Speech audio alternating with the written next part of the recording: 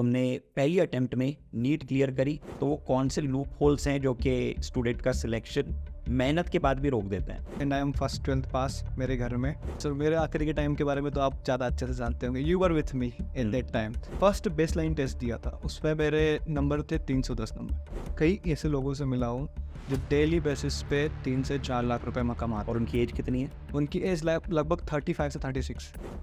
नमस्कार, तो बहुत बहुत स्वागत है एक बार फिर से आप सभी का। नीट एक ऐसे एग्जाम है जिसमें हर साल लाखों बच्चे तैयारी करते हैं और कुछ बच्चे अपनी मेहनत, अपने डेडिकेशन के दम पे एक अलग मुकाम हासिल करते हैं। बिल्कुल उन्हीं में से एक स्टूडेंट है मेरे साथ, 2018 बैच का मेरा अपना स्टूडेंट जिनका नाम है Ghanshyam Khag and presently he is doctor Ghanshyam. So welcome Ghanshyam. Thank you sir. सबसे पहले आपकी अर्ली लाइफ के बारे में मैं कुछ जानना चाहूँगा।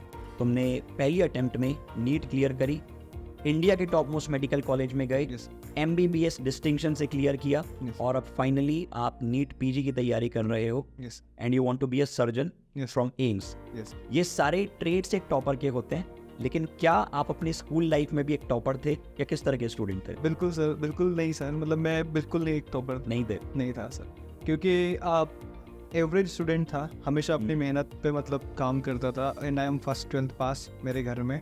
फर्स्ट 12th पास आपकी फैमिली में? मेरी फैमिली। ओके।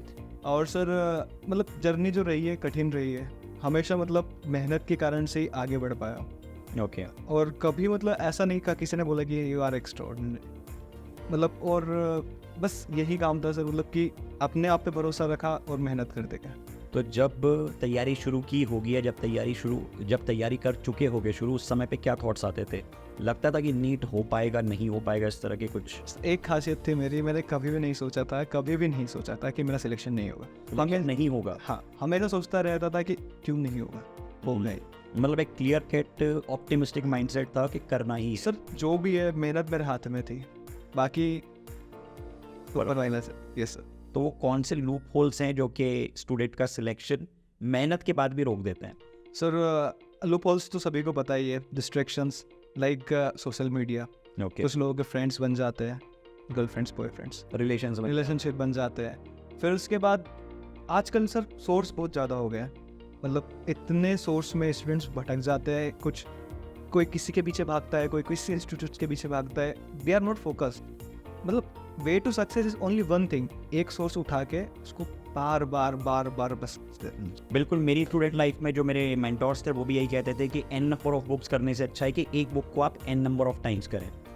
तो मैं ये जानना चाहता हूँ कि जो आखिरी का महीना होता है यस सर। ये कितना क्रूशियल होता है, और उसमें भी जो आखिरी का वीक होता है जो कि प्रेजेंट सिचुएशन चल रही है, इसका क्या इम्पैक्ट होता है? सर मेरे आखिरी के टाइम के बारे में तो आप ज़्यादा अच्छे से जानते होंगे, you were with me in that time.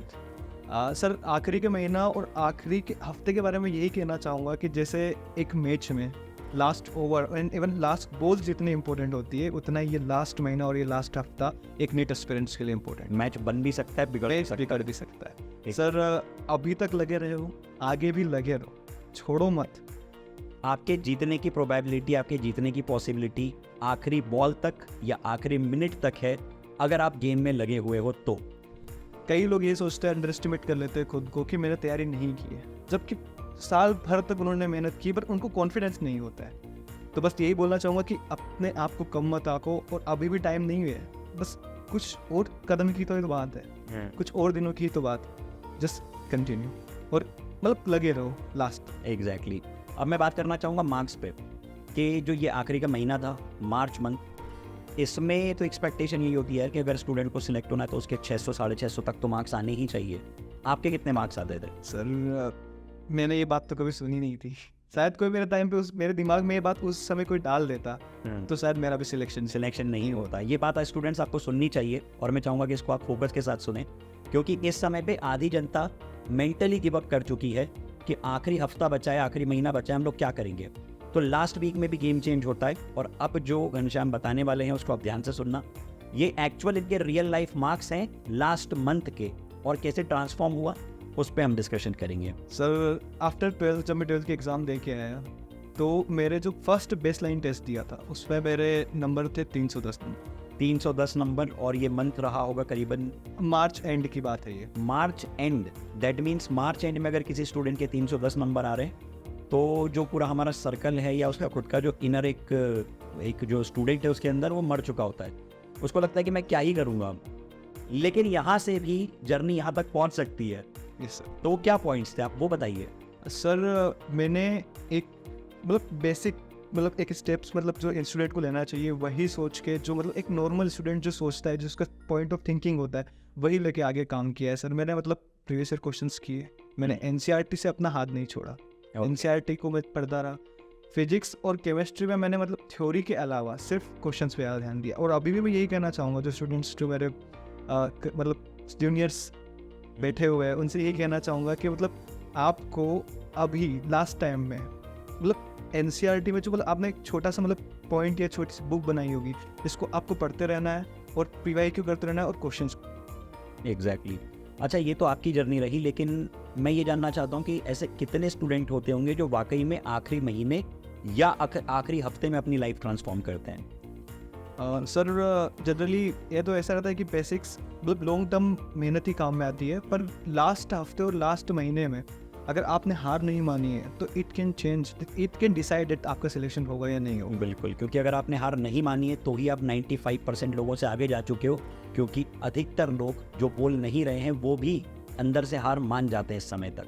तो कहा जाता है ना कि मन के हारे हार है, मन के जीते जीत। जो मान लिया सो हार और जो ठान लिया सो जीत। तो ठान के रखना है, हार नहीं माननी है। Yes. एक चीज़ इस समय पे काफ़ी ज़्यादा चलती है कि इंटरनेट का ज़माना है, बच्चे यूट्यूब पे तैयारी करते हैं Yes. और वहाँ पे जिस चीज़ पे व्यू आ जाते हैं लोग वही बनाने लगते हैं और स्टूडेंट्स उसी चीज़ को फॉलो करने लगते हैं। और यहाँ पे आजकल एक तुक्का स्ट्रेटेजी बहुत ज़्यादा चल रही है, how to select answers, how to guess answers. Sir तुक्के तो तुक्के ही होते हैं, तुक्का का नाम ही तुक्का है क्योंकि वो तुक्का है, तुक्के की कोई साइंटिफिक मेथड नहीं है सर। और जनरली एक पॉइंट होता है कि हाँ ये बात मैं मानता हूँ कि you can rule out, but rule out भी किस पे बेस्ड होता है? योर नॉलेज, आपकी नॉलेज पे बेसिस पे आप रूल आउट कर सकते हैं। तो जैसे फिजिक्स में बताऊँ तो रूल आउट करने के 2 या 3 ही तरीके, या तो वो डायमेंशनली गलत हो एक्सप्रेशन, या तो उसमें कोई बेसिक फ्लॉ हो आपके ऑप्शंस में। वरना आजकल क्या चल रहा है कि मैंने एक वीडियो देखा था, उसमें बताया जा रहा है कि जो आंसर बहुत ज़्यादा लंबा है पॉसिबली वो सही आंसर है क्योंकि एग्जामिनर अननेसेसरी टाइपिंग क्यों करेगा। Yes sir. या तो जो option all of the above है वो सही है। तो ये बिल्कुल ही बेवकूफ़ी भरी बातें हैं। मुझे याद है कि मेरे स्टूडेंट टाइम पे एक एग्ज़ाम चलती थी और वो स्टेट लेवल एग्ज़ाम थी, और उसमें स्टूडेंट्स ऐसी बातें करते थे कि इस बार सी ऑप्शन ज़्यादा आएगा। तो सब लोग जिसको कुछ समझ नहीं आता इन चीज़ों पे नहीं पढ़ना है। इन शॉर्ट आफ्टर दैट एक कॉमन धारणा ये होती है कि यार जो डॉक्टर्स होते हैं वो एक बहुत ही लेट स्टेज में जाके कमाना शुरू करते हैं, उनकी काफ़ी आधी लाइफ बीत जाती है, उसके बाद उनका मॉनिटरी इनकम स्टार्ट होती है। सर ये बिल्कुल एक मिथ है। बिल्कुल एक मिथ है, क्योंकि सर मैं कई ऐसे लोगों से मिला हूँ जो डेली बेसिस पे 3 से 4 लाख रुपए में कमाते। और उनकी एज कितनी है? उनकी एज लगभग 35 से 36। मतलब in the age of 30s they are earning 4 to 5 lakh 3 to 4 lakh per day. और सर एक सर्जन ही नहीं, मतलब एक मेडिसिन वाला भी लगभग 1 लाख, अगर if he is famous and is performing very well तो वो 1 से 2 लाख रुपए पर डे कमा सकता है। दैट्स टू मच यार, that's actually too much. It's approx 1 CR पर 1.5 CR की बात हो गई, करेक्ट है, पर मंथ। बाप रे, मत बताओ। आखिरी के लास्ट वीक में, लास्ट मंथ में क्या रूटीन होना चाहिए? आपका क्या रूटीन रहता था आखिरी के वीक में? सर लास्ट वीक में मैंने मतलब क्वेश्चन ही ज़्यादा किए होंगे लगभग, और ऐसा भी कहूँगा कि मतलब अभी कोई चीज़ नई नहीं पढ़ना चाहिए, नया कुछ नहीं करना, नया कुछ नहीं पढ़ना, आउट ऑफ द बॉक्स जाके, out of the box like आप बिल्कुल अलग ही जा रहे हो। भाई यार मैंने अभी ऑप्टिक्स नहीं पढ़ा है, तो अब तो हम 2 दिन में भाई ऑप्टिक्स करके दिखाएगा भाई। अब यही बात बोलूँगा कि जो कर लिया है उसको बस अब अपने मतलब अच्छे से करना है। और बात यही है कि प्रीवियस ईयर क्वेश्चंस तो आप सब लगा ही रहे होंगे, मतलब ये को रट के बैठ चुके हैं, कोई का आंसर याद हो गया है, तो वही उनके पीछे के कॉन्सेप्ट्स वो भी अच्छे से आने चाहिए, क्योंकि क्वेश्चंस रिपीट नहीं होते, concepts are repeated, pattern repeat होता है। Yes. एग्जैक्टली। तो वही है कि डोंट ओवरडू इट, जो कर रहे हो वो करते रहो और आखिरी दिन, आखिरी सेकंड, आखिरी मोमेंट तक करते रहो। अगली बार मैं आपको यहाँ पे बैठा देखना चाहता हूँ, एंड आई एम होपफुल कि आप में से ही कुछ स्टूडेंट्स बहुत जल्द सिलेक्ट होंगे, कम्युनिकेट करेंगे और हम लोग यहाँ पे इसी तरह से डिस्कशन करेंगे। So thank you Ghanshyam, it was pleasure meeting you. लगे रहो, हार नहीं माननी है और बिल्कुल बहुत जल्दी फोड़ोगे तुम लोग। Okay bye, thank you.